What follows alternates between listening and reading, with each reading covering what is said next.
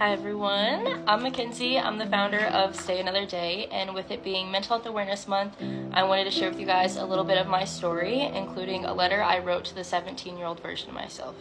It's called But What If I Told You? I know some days all you can think about is when it's all going to end. Anxiety attacks at 2 a.m., the crippling social anxiety, the overthinking, the suicidal ideations, and the pain you feel throughout your whole entire body because of how sad you are. I can tell you that the pain never fully goes away, but you learned how to cope with it. I know some days you wonder why you hate everything so much, why you hate going to school, playing softball, working out, and being around the people that love you. You're wondering why you hate the fact that you woke up today. You used to be full of love, now all you can feel is hate. But what if I told you, one day you're going to love those things again, more than you ever have.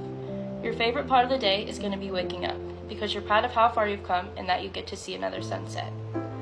I know you're probably sitting in your room right now, writing those letters, just in case.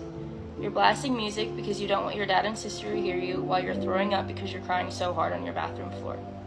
But what if I told you, the day you didn't play that music, they heard you.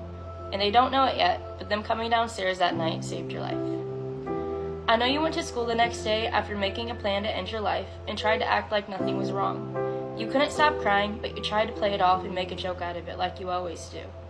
I know in that moment, all you could think about was what you were going to do when you got home that night. But what if I told you they noticed that day? They noticed you weren't okay, and this was a day you asked for help, for the first time ever. You'll think back on this day for the rest of your life. It saved you. It made asking for help easier, and you didn't feel as much of a pressure to mask your emotions anymore. I know you're probably upset because you saw the pain in your family's face when you told them you wanted to end your life. But what if I told you that conversation led to you getting the help you needed, and is the reason I'm here right now, writing this letter to you. I know you're sitting there writing in your journal all the reasons why you want to take your own life. When you get to the reasons of why you shouldn't, all you can think of is your family. You aren't living for yourself right now, you're living for them.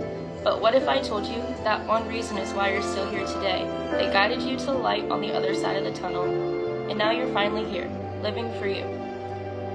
I know you're sitting there wondering, why me? But the truth is, life isn't fair, but life is what you make it.